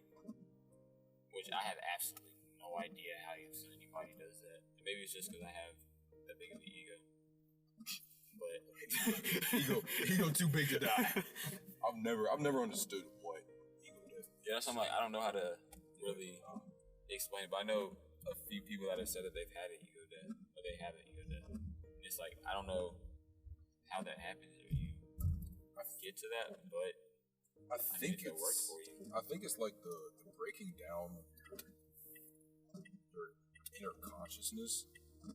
And so it's like a kind of like a hyper, almost to a dangerous point, awareness of your own sensibilities, your own interactions with people, which is absolutely, positively horrifying Scary. of an idea. Yes. Bro. Like It I is. do wholeheartedly. I do not think I could go through something like that. Like I have a good barrier between why I do what I do and what I do. You know what I'm saying? An understanding of that. That's why I'm honestly kind of worried about going to therapy. Because if she breaks that barrier, who knows what's going to happen? Like I have zero indication. I could become worse. It could become better. And the idea of not being me right now scares me, bro. Yeah, ego death is a complete loss of subjective self-identity. Subjective self-identity. What does that mean? Subjective. So subjective is like your own personal opinion about a subject. So losing that means that you have an objective awareness of who you are in real life, which is horrifying, bro. That's what I'm a saying. horrifying idea. I've never been able to like understand it or get the concept, but I know a few people that have, and it's interesting having conversations. I feel like that's something that like changes you for the rest of your life. Ego death. It's a crazy concept. Dang. Yeah, welcome to Philly. Don't we love the city? Born and raised. Is that a one-way? Oh, it's definitely not. Ain't got nothing to do with me. Come on. Go. Drive. Direction. Goodness gracious. They about to piss me off. Crazy work. Feel like you could live in the city? Yeah. Shoot, I better. I'm loving this right now. The traffic? 0.5 miles. Oh my gosh, I have to go so bad. It's 428. Oh my gosh. 0.5 miles. I could honestly get out and walk faster than it would be to drive this right now. I would run. For me personally, you still gotta find parking too, no cap. Chill out. And then get out and find a building. Chill out, I've bro. had to pee for the entire time we've been on this podcast. Oh, Goodness gracious. I'm so uncomfortable right now, man. Dang, how you get a number like that? 215-666-6666. I wonder if you have to pay for things like that. Or if you just ask. I think you do. Okay. Yeah.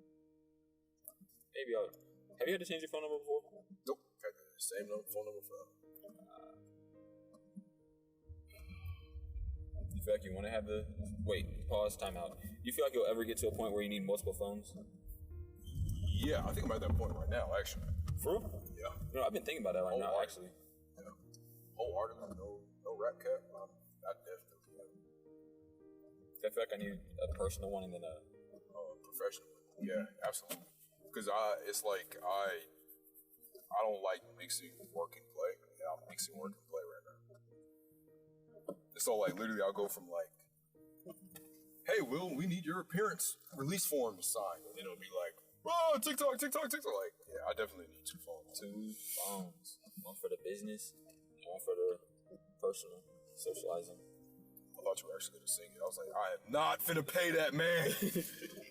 Oh my gosh, just drive. Please just drive, bro. I'm about to hop out, man. I'm about to hop out. That is a bad idea. Public parking is right there. $12. Dog, what? Oh my. $28 for 24 hours? We are in a 2-lane. Is there a car battery dead? Oh, that's tragic. That's tragic. Love to help. I wouldn't. I'm not doing it. Respectfully. I mean, I don't have jumper cable. That's probably bad. Yeah, you definitely need jumper cable. Oh my gosh. I'm trying to hold it together, bro.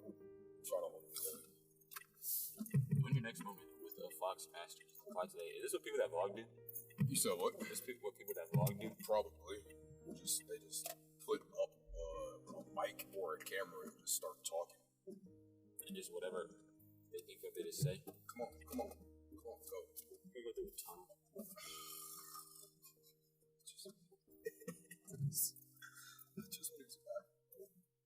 Would you be mad if I hop this curb right here, bro? Yes. Okay, my fault. And hit the lady? That's crazy. Oh, you know what's crazy? Have you ever thought about getting old? I'm having ego death right now. I can't think about talking right now, bro. No, you never think about being old? No, I don't. I already told you I don't think I'm gonna live long. Like, not having... Drexel. Yeah. Oh, cool. Like, I can't wait. I cannot wait, bro. Like, not having any control over, like, your bladder. Stop. Chill out, bro. You're talking too much. Bro. I feel like if you this talk... is not even funny. Then it... This isn't even funny. That would be the perfect cap off. Oh. I'm experiencing ego death. This is what it is. I'm scared. Complete I've objective never had loss to go this bad, bro. Loss of self. Respectfully, I will hit you. Please move. How humanitarian. Philanthropy. Hey, you gotta understand, my needs come first. Come on. Come on. Okay. Nope. Cool. Access. I'm going up Market Street.